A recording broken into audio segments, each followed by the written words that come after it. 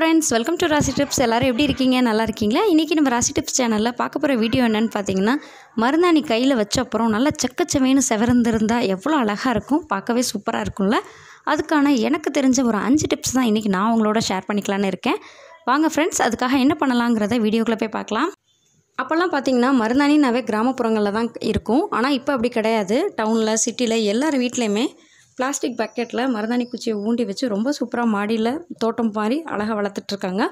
மருதாணி நல்லா செக்கச்சவேன்னு செவக்கிறதுக்கு என்ன பண்ணலான்னு பார்த்தீங்கன்னா, மருதாணியோட இலை பார்த்தீங்கன்னா ரொம்ப கொழுந்து இலையாக இருந்துச்சுன்னா உங்களுக்கு நல்ல ஒரு பிசுபிசுப்பு தன்மையோடு இருக்கும். அதனால் பார்த்தீங்கன்னா மருதாணி நல்லா செக்கச்சவேன்னு செவக்கும். நீங்கள் ரொம்ப முத்தலான மருதாணி இலை எடுத்துடாதீங்க. அது உங்களுக்கு நல்லா செவக்கிறதுக்கு வாய்ப்பு இருக்காது.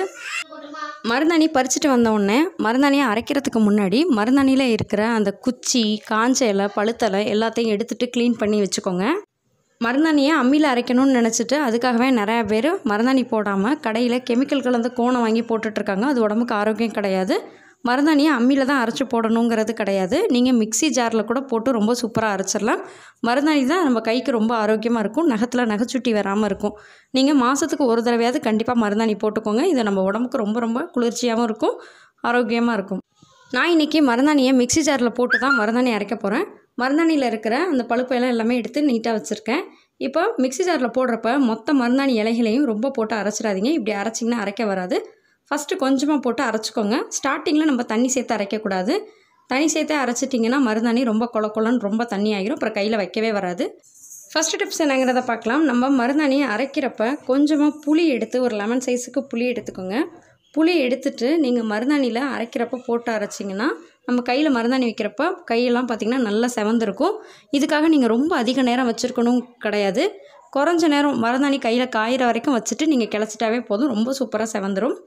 செகண்ட் டிப்ஸ் என்னங்கிறத பார்க்கலாம். இதுக்காக நான் பாக்கு தான் எடுத்திருக்கேன். பாக்கெல்லாம் உடம்புக்கு ரத்த சோகன்னு சொல்லுவோம். ஆனால் மருதாணி செவக்கிறதுக்கு இது ரொம்ப ரொம்ப யூஸ்ஃபுல்லாக இருக்கும். பாக்கு தான் போடணுங்கிறது கிடையாது. நீங்கள் கொட்டாப்பாக்கு கிடச்சா கூட கொட்டாப்பாக்கு வாங்கி போட்டு மருதாணி அரைச்சிட்டு கையில் வச்சாலும் நல்லா செவந்துடும். அடுத்த டிப்ஸ் என்னங்கிறத பார்க்கலாம். இதுக்காக நம்ம வீட்டில் இருக்கிற பொருளே எடுத்துக்கலாம். லெமன் தான் எடுத்திருக்கேன். 1/2 லெமன் போதும். நீங்கள் அரைக்கிற மருதாணியில் லெமனோட சீட்ஸ் எல்லாம் எடுத்துகிட்டு அதோட ஜூஸை மட்டும் சேர்த்து மருதாணி அரைச்சிங்கன்னா நல்லாவே செவக்கும் மருதாணி. ஃபோர்த்து டிப்ஸ் என்னங்கிறத பார்க்கலாம். இதுக்காக நான் கிராம்பு தான் எடுத்திருக்கேன். என்னங்க கிராம்பு எடுக்க சொல்கிறீங்களா அப்படின்னு நினைக்கிறீங்களா? கிராம்பு போட்டால் ரொம்ப சூப்பராக கை செவக்குங்க. நல்லா செக்கச்சவேன்னு செவந்து பார்க்குறதுக்கு ரொம்ப அழகாக இருக்கும். நீங்கள் இதில் ஏதாவது ஒன்று மட்டும் ஃபாலோ பண்ணால் போதும். எல்லாத்தையும் போட்டிங்கன்னா ரொம்ப கை கருப்பாயிரும். ஏதாவது ஒன்று மட்டும் ஃபாலோ பண்ணிக்கோங்க. ஒரு சில மருதாணி பார்த்திங்கன்னா இயற்கையிலே நல்லா செக்கச்சவேன்னு செவக்கிற தன்மை இருக்கும். ஆனால் இப்போ ஒரு சில இடத்துல கிடைக்கிற மருதாணிகள் நல்லா செவக்கிறதில்ல.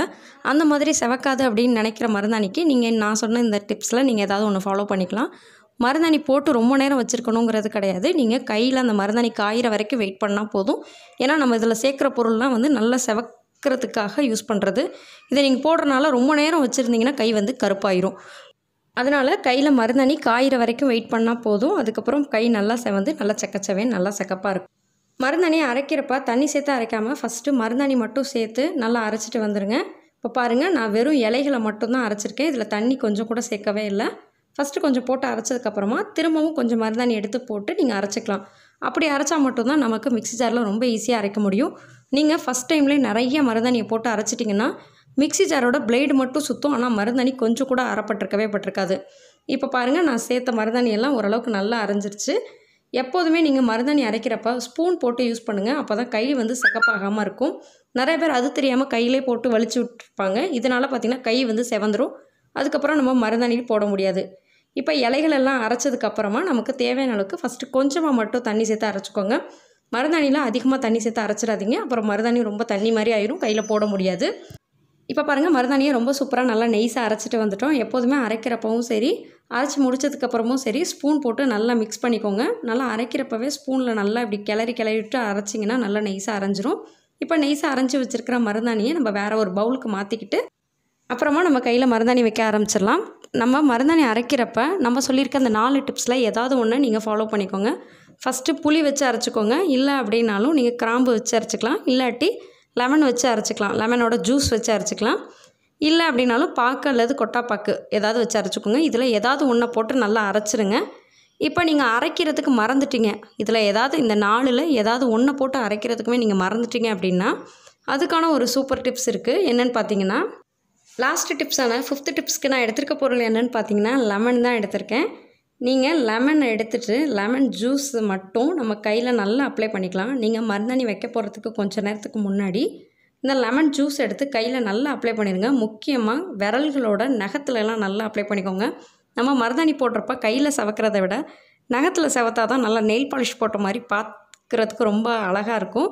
இதனால் நமக்கு நல்ல உடம்பு குளிர்ச்சியாக இருக்கும். கையில் நகைச்சுட்டி வராமல் இருக்கும். நகத்தில் நல்லா லெமன் ஜூஸ் அப்ளை பண்ணிக்கோங்க. அதுக்கப்புறமா இது காஞ்சிட்டும். காஞ்சி ஒரு 10 நிமிஷத்துக்கு அப்புறமா நீங்கள் எப்போதும் போல் கையில் மருதாணி வச்சுக்கலாம். இப்படி மருதாணி வச்சிங்கன்னா கை நல்லா சக்கச்சவேன்னு ரொம்ப செவந்து சூப்பராக இருக்கும். கண்டிப்பாக ட்ரை பண்ணி பாருங்கள். எப்போதுமே கையில் மருதாணி வச்சு மருதாணி நல்லா காஞ்சதுக்கப்புறமா நம்ம என்ன செய்வோம்னு பார்த்தீங்கன்னா தண்ணி சேர்த்து வாஷ் பண்ணிடுவோம். அந்த மாதிரி பண்ணவே கூடாது. அந்த மாதிரி பண்ணிங்கன்னா கையில் செவக்காமல் போயிடும். அதுக்காக நீங்கள் போட்டிருக்க மருதாணியை ஃபஸ்ட்டு நல்லா எடுத்துருங்க. நல்லா உதுத்து விட்டுருங்க. இப்போ பாருங்கள் கையில் இருக்க மருதாணி எல்லாத்தையும் நல்லா உதுத்து விட்டாச்சு. இப்போ இதில் நம்ம என்ன செய்ய போகிறோம்னு பார்த்தீங்கன்னா கொஞ்சமாக தேங்காய் எண்ணெய் எடுத்துகிட்டு கை ஃபுல்லாக நல்லா அப்ளை பண்ணிடுங்க. அப்புறம் ஒரு 20 நிமிஷம் கழித்து நீங்கள் கையை எப்போதும் போல் வாஷ் பண்ணிக்கலாம். இந்த மெத்தடில் நீங்கள் பண்ணுறதுனால கை பார்த்திங்கன்னா நல்லா சக்கச்சவேன்னு செவந்து பார்க்க ரொம்ப சூப்பராக இருக்கும். இன்றைக்கி நான் உங்களோட ஷேர் பண்ணிக்கிட்டு இந்த 5 டிப்ஸுமே உங்களுக்கு யூஸ்ஃபுல்லாக இருக்கும்னு நினைக்கிறேன். இந்த வீடியோ பிடிச்சிச்சுன்னா வீடியோவை லைக் பண்ணிட்டு உங்கள் ஃப்ரெண்ட்ஸ், ஃபேமிலி, ரிலேட்டிவ்ஸ் எல்லாருக்கும் இந்த வீடியோவை ஷேர் பண்ணுங்கள். நீங்கள் இன்னும் நம்ம ராசி டிப்ஸ் சேனலை சப்ஸ்கிரைப் பண்ணாமல் தான் சப்ஸ்கிரைப் பண்ணிட்டு மறக்காமல் பக்கத்தில் இருக்க பெல் ஐக்கானை கிளிக் பண்ணிடுங்க. அப்போ தான் தினம் நான் அப்டேட் பண்ணக்கூடிய வீடியோஸ் உங்களுக்கு உடனுக்குடன் நோட்டிஃபிகேஷன் வரும். தேங்க்யூ ஃபார் வாட்சிங். Thank you friends.